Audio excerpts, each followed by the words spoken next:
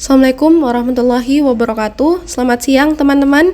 Hari ini kami dari kelompok 2 akan mempresentasikan proyek akhir mata kuliah Ekonomi Mikro dengan topik Why Market Fall atau kejatuhan pasar. Topik ini sangat relevan karena mencerminkan bagaimana dinamika ekonomi bisa berdampak besar terhadap kesejahteraan masyarakat, investasi, bahkan kestabilan global. Nah, sebelum masuk ke materi utama, perkenalkan terlebih dahulu anggota kelompok kami yang telah berkontribusi dalam proyek ini.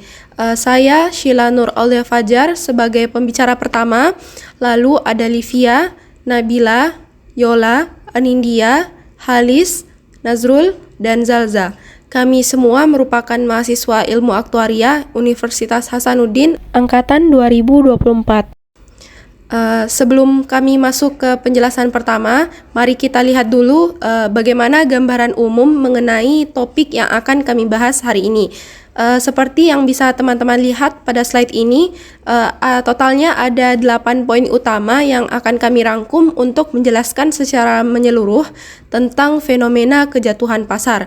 Setiap poin ini akan dibahas oleh anggota kelompok kami secara bergiliran dan seluruhnya saling berkaitan mulai dari definisi, penyebab hingga contoh kasus yang pernah terjadi.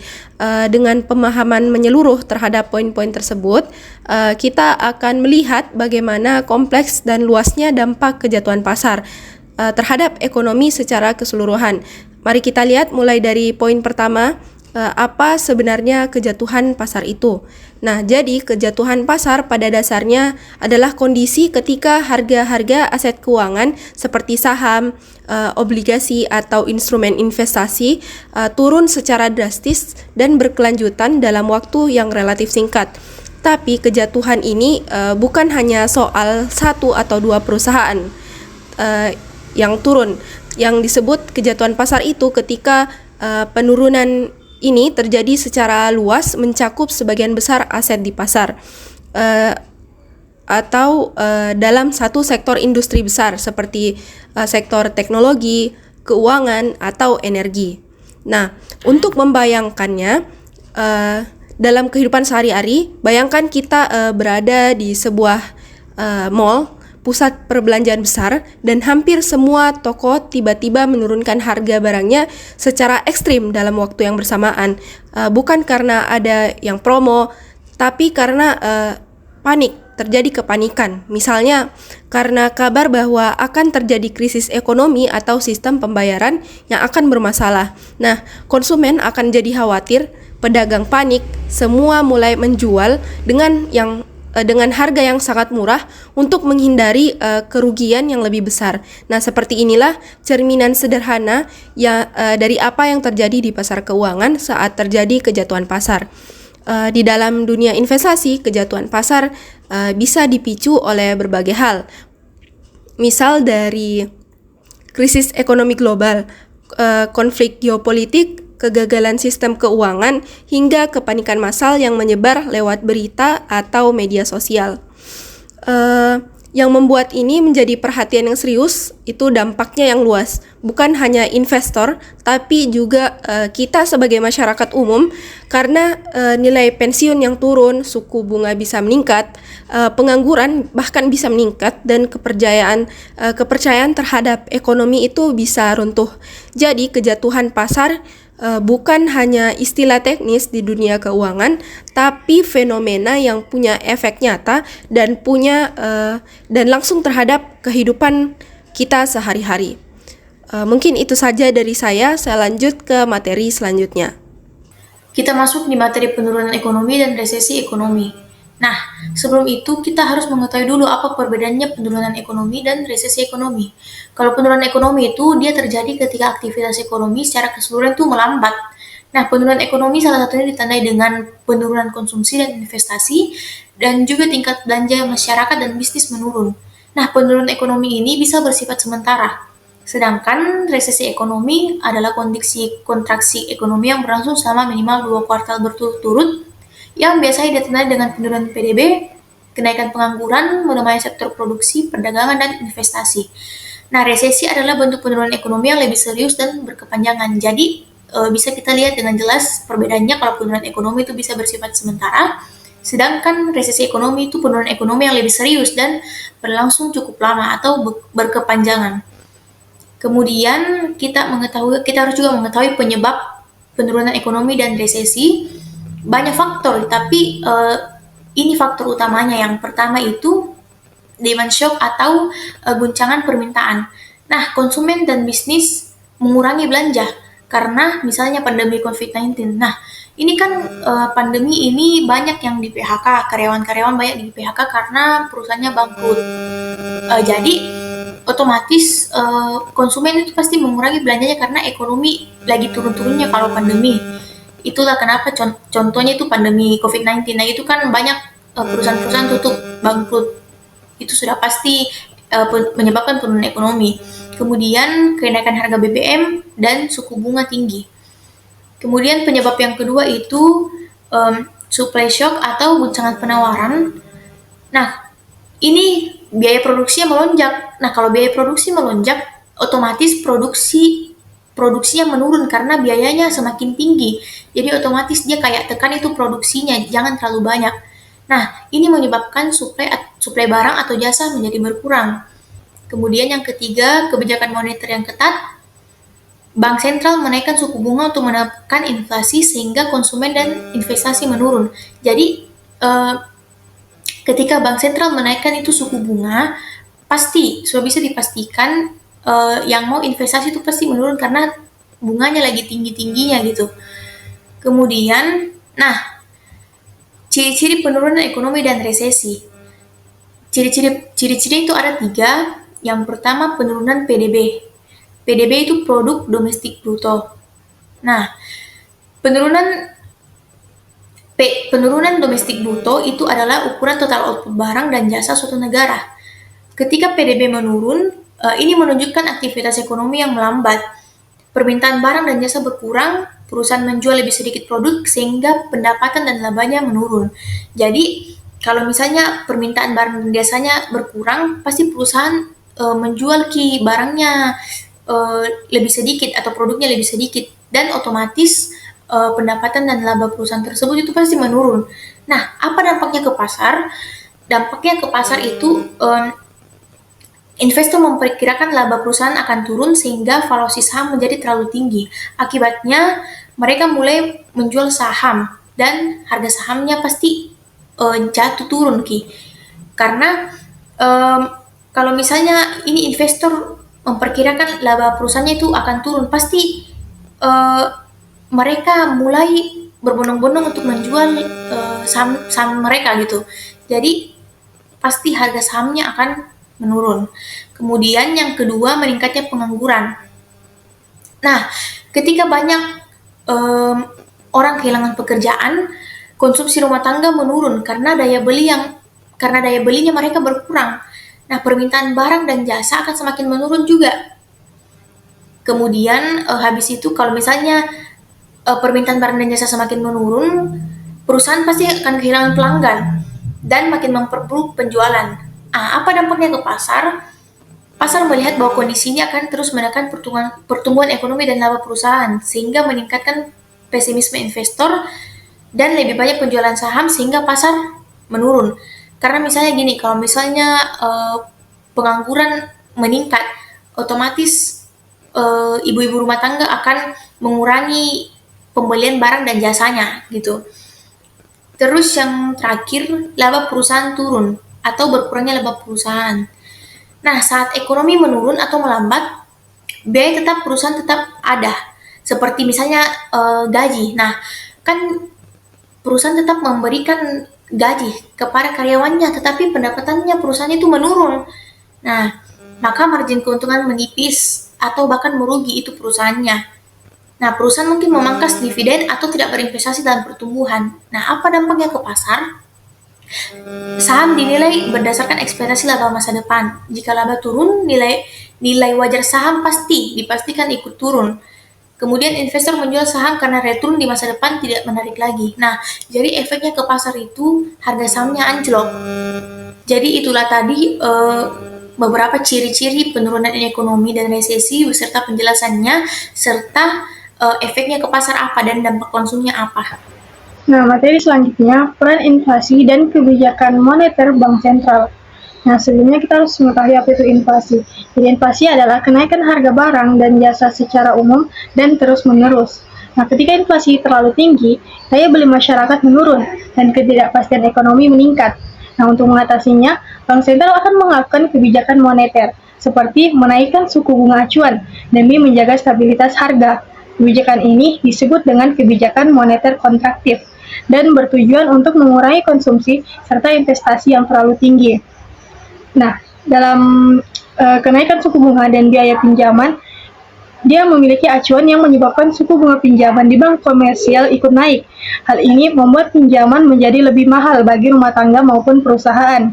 Contohnya misalnya kalau ada sebuah perusahaan, dia meminjam 100 miliar dengan bunga 6%. Kini dia membayar bunga 8%, sehingga beban bunga naik dari 6 miliar menjadi 8 miliar. Nah, adapun dampak terhadap profitabilitas perusahaan, yaitu beban bunga yang meningkat menyebabkan laba bersih perusahaan menurun. Biaya modal juga naik, sehingga rencana investasi dan ekspansi menjadi tidak ekonomis. Sementara konsumen mengurangi belanja karena cicilan naik, yang berakibat pada penurunan penjualan. Kondisi ini tuh menyempitkan margin keuntungan dan dapat mendorong perusahaan melakukan efisiensi seperti PHK.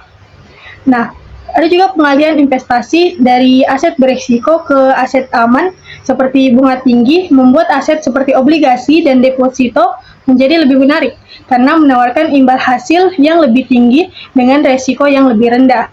Jadi investor tuh dia mulai menarik dana dari aset berisiko tinggi seperti saham, teknologi, kripto, dan properti. Nah, akibatnya nilai aset ini bisa menurun karena aliran dana beralih dari instrumen yang lebih aman ke seperti surat utang negara. Nah, jadi inflasi yang tinggi itu mendorong bank sentral menaikkan suku bunga untuk mengendalikan harga, namun kebijakan ini membuat pinjaman lebih mahal dan menekan profitabilitas perusahaan, sehingga menyebabkan pengalihan investasi dari aset berisiko ke aset yang lebih aman. Nah, efek berantai ini mencerminkan bagaimana kebijakan moneter mempengaruhi perekonomian secara luas. Perkenalkan, nama saya Nuriola Pratama Nur Iksan dengan NIM H0812411025. Nah, akan membawakan materi selanjutnya. Nah, di dalam sentimen negatif dan kepanikan investor, faktor psikologis dan perilaku berkelompok atau herding behavior memainkan peran krusial dalam mempercepat penurunan pasar, bahkan ketika fundamental ekonomi belum sepenuhnya memburuk.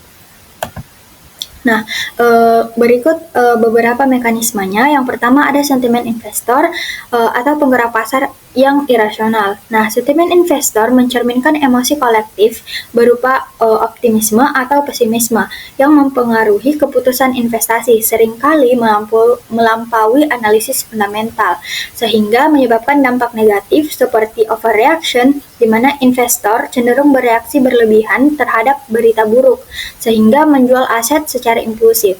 Nah, bisa juga self-fulfilling property, seperti jika cukup banyak investor yang percaya pada pasar akan turun, mereka akan menjual secara bersamaan sehingga harga akan benar-benar jatuh. Nah, yang terakhir seperti bubble and crash, di mana sentimen terlalu positif menciptakan gelembung atau bubble, sementara sentimen negatif mempercepat kehancurannya. Nah, contohnya itu krisis subprime mortgage tahun 2008 dipicu oleh hilangnya kepercayaan pada instrumen keuangan kompleks, meskipun awalnya dianggap aman. Nah, mekanisme kedua ada penjualan panik atau panic selling. Nah, penjualan panik terjadi ketika investor berbondong-bondong menjual aset karena takut kerugian lebih besar, tanpa mempertimbangkan nilai intrinsik aset. Adapun mekanisme penurunan pasarnya, yang pertama seperti likuidasi paksa, di mana investor yang tertekan menjual aset liquidnya seperti saham atau obligasi untuk menutupi kerugian di aset lain, di mana ini akan memperburuk penurunan harga. Nah, yang kedua seperti margin calls, di mana trader akan menggunakan leverage dipaksa menjual saat harga turun, dan akan menyebabkan memperdalam krisis. Nah, yang ketiga ada market freeze, di mana ketika semua orang menjual, pembeli akan menghilang, menyebabkan likuidasi mengering atau terjadinya flash crash. Nah, dengan contoh, ketika pandemi COVID-19 pada Maret 2020 memicu penjualan massal di seluruh dunia meskipun beberapa sektor fundamentalnya masih kuat. Nah, adapun mekanisme yang ketiga yaitu hilangnya kepercayaan atau loss of confidence. Nah, kepercayaan adalah fondasi pasar keuangan. Ketika investor tidak lagi percaya pada hal-hal seperti institusi keuangan, seperti bank atau perusahaan investasi, juga tidak lagi percaya pada kebijakan regulator atau bank sentral dan pemerintah, atau bahkan tidak lagi percaya pada nilai aset seperti saham, properti, ataupun mata uang, maka krisis kepercayaan akan terjadi, di mana ini akan memperparah penurunan harga dan menyebabkan efek domino, seperti bank runs, yaitu nasabah menarik dana massal karena takut bank collapse, ataupun capital flight, di mana modal mengalir keluar dari suatu negara atau pasar, ataupun kredit macet, di mana pemberi pinjaman enggan memberikan dana yang akan memicu resesi. Nah, contohnya pada krisis Asia tahun 1997 dimulai ketika investor asing kehilangan kepercayaan pada mata uang lokal sehingga memicu pelarian modal besar-besaran. Nah, mekanisme keempat atau yang terakhir ada perilaku berkelompok atau herding behavior. Nah, manusia cenderung mengikuti tindakan mayoritas bahkan jika itu tidak rasional. Dalam pasar keuangan, ini akan menyebabkan beberapa hal. Yang pertama seperti momentum trading, yaitu membeli saat harga naik atau hanya sebatas FOMO dan menjual saat harga turun atau panic selling. Nah, yang kedua yaitu informational cascades, di mana investor akan mengabaikan analisisnya sendiri dan akan mengikuti analisis orang lain. Nah, yang ketiga ada amplifikasi volatilitas, di mana perilaku berkelompok akan memperbesar gejolak pasar.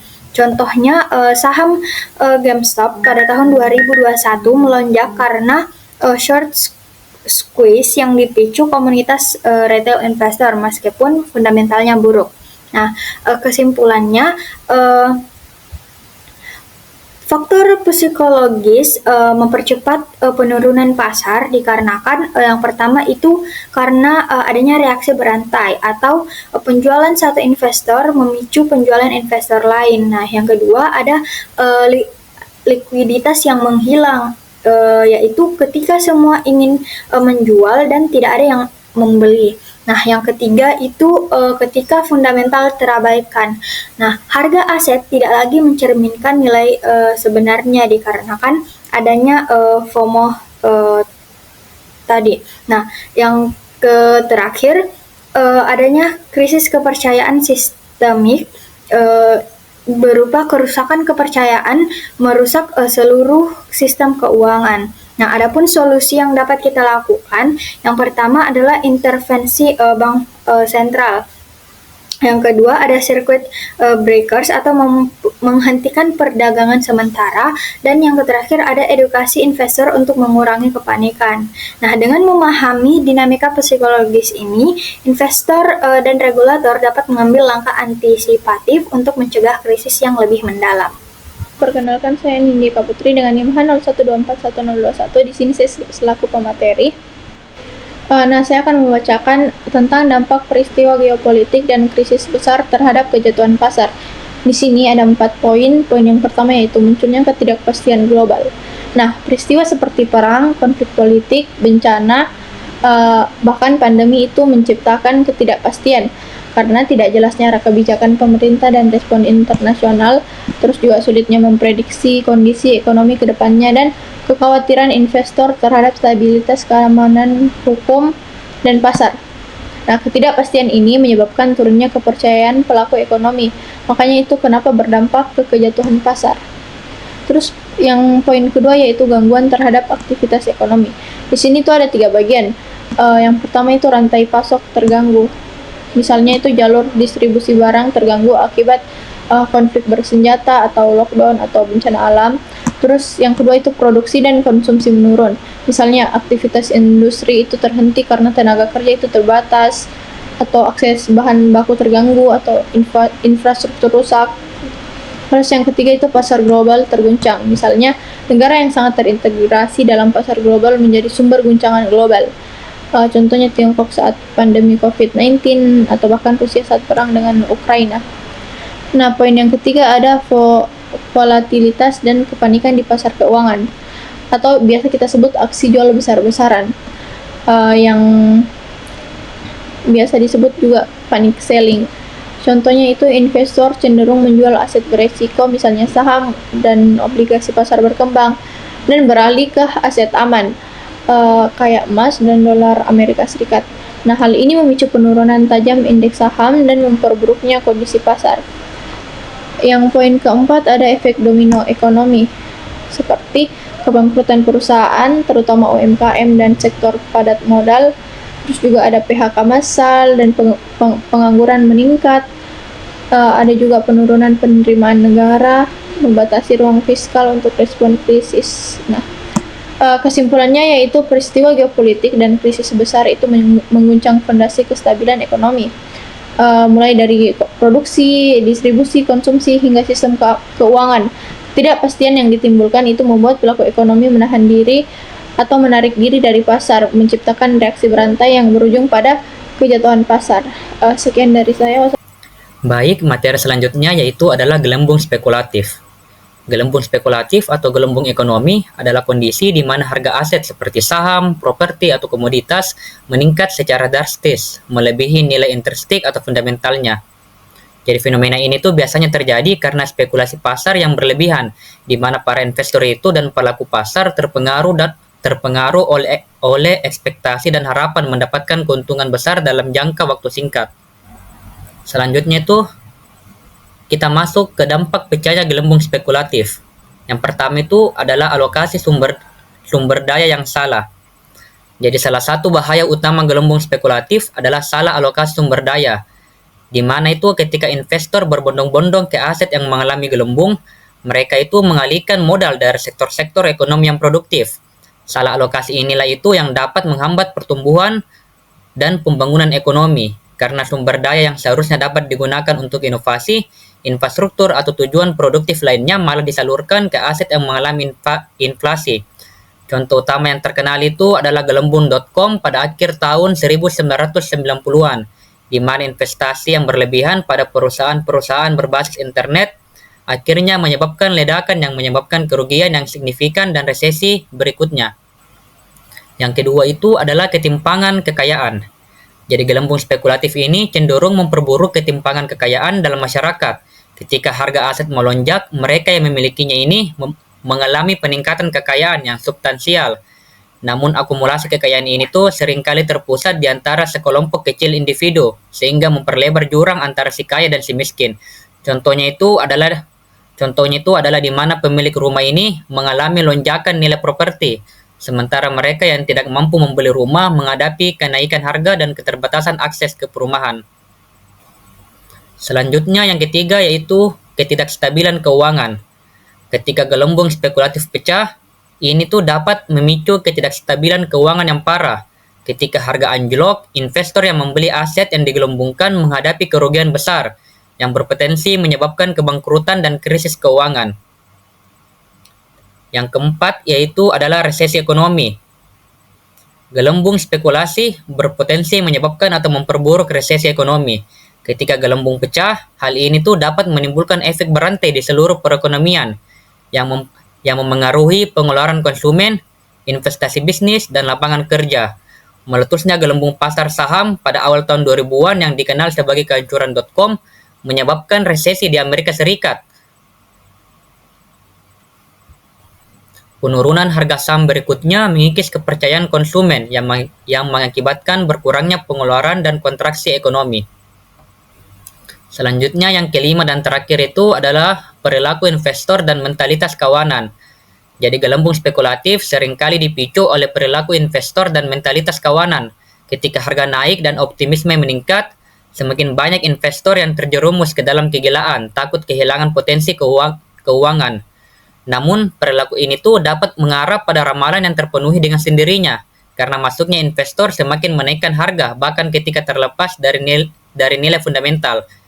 Pasar mata uang kripto, khususnya selama booming Bitcoin pada tahun 2017, merupakan contoh kekuatan mentalitas keuangan, di mana rasa takut kehilangan menyebabkan lonjakan harga yang diikuti oleh koreksi tajam. Cukup sekian yang bisa saya sampaikan. Kurang dan lebihnya mohon dimaafkan. Baik, untuk materi selanjutnya tentang masalah perusahaan besar bisa jatuhkan sektor atau pasar. Nah, masalah yang dialami perusahaan besar dapat menjatuhkan sektor atau pasar secara luas karena perusahaan besar sering mendominasi pasar dan menjadi tulang punggung perekonomian di sektor tertentu.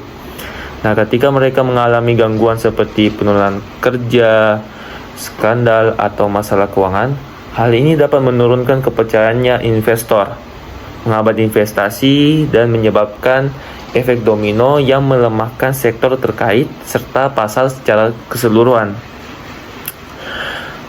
Selain itu, dominasi perusahaan besar dapat menciptakan ketergantungan pada teknologi dan input produksi tertentu, sehingga masalah pada perusahaan besar juga berpotensi mengganggu rantai patok dan produktivitas industri lokal, yang akhirnya berdampak negatif pada pertumbuhan ekonomi dan stabilitas pasar. Selanjutnya itu ada contoh historis dan jatuhnya pasar besar. Jadi yang pertama itu ada krisis keuangan 2008 di mana bencana ekonomi global yang dipicu oleh praktik kredit perumahan berisiko tinggi seperti subprime mortgage di Amerika Serikat. Yang kemudian merambat ke seluruh sistem keuangan di dunia ketika gelembung properti pecah dan lembaga-lembaga keuangan besar mengalami kebangkrutan. Krisis ini tuh bermula ketika bank-bank di Amerika Serikat itu memberikan pinjaman perumahan secara gegabah kepada debitur dengan kemampuan bayar rendah, lalu mengemasnya menjadi produk derivatif kompleks yang diperdagangkan secara global. Ketika suku bunga naik dan harga properti jatuh, terjadi gelombang gagal bayar massal yang menyebabkan Lehman Brothers bangkrut pada September 2008, memicu kepanikan di pasar global, krisis likuiditas, dan akhirnya resesi ekonomi terparah sejak Depresi Besar 1929. Pemerintah berbagai negara kemudian terpaksa mengelontorkan dana talangan besar-besaran untuk menyelamatkan sistem keuangan yang nyaris kolaps.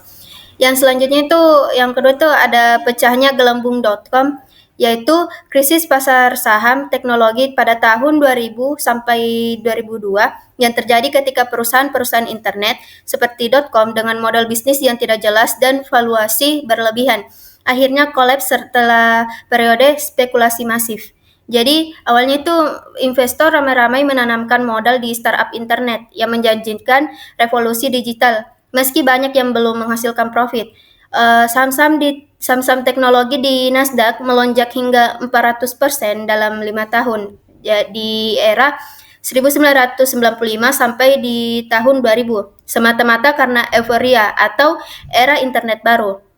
Namun ketika The Fed menaikkan suku bunga dan investor mulai banyak sadar banyak perusahaan yang membakar uang tanpa bisnis yang viable, gelembung pun pecah. Nasdaq anjlok 78% dari puncaknya, menghapus triliunan dolar nilai pasar. Ribuan startup seperti Pets.com dan Webfund bangkrut, sementara perusahaan dengan fundamental kuat seperti Amazon dan eBay mampu bertahan. Krisis ini tuh menjadi pelajaran berharga tentang bahaya investasi spekulatif dan pentingnya fundamental bisnis yang sehat. Yang ketiga itu ada kejatuhan pasar besar akibat COVID-19 yang merupakan krisis finansial tercepat dalam sejarah modern yang dipicu oleh pandemi global, di mana pasar saham mengalami crash terburuk sejak 1987 dalam waktu kurang dalam lebih sebulan. Jadi awalnya itu yang merespon dari wabah ini dari Cina.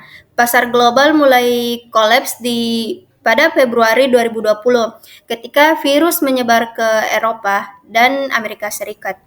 memicu serangkaian Black Days di Wall Street dengan Dow Jones yang mengalami beberapa kali circuit breaker dan akhirnya anjlok 37% pada Maret 2020.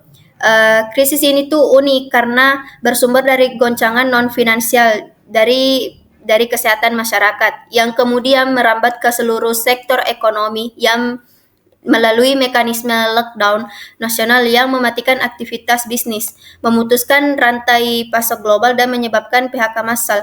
Namun, respon kebijakan yang agresif dari bank sentral termasuk pemotongan suku bunga darurat dan quantitative easing besar-besaran bersama paket stimulus fiskal triliunan dolar berhasil menstabilkan pasar, menciptakan pemulihan yang berbentuk V yang spektakuler namun juga meninggalkan warisan inflasi tinggi dan ketimpangan pemulihan secara permanen.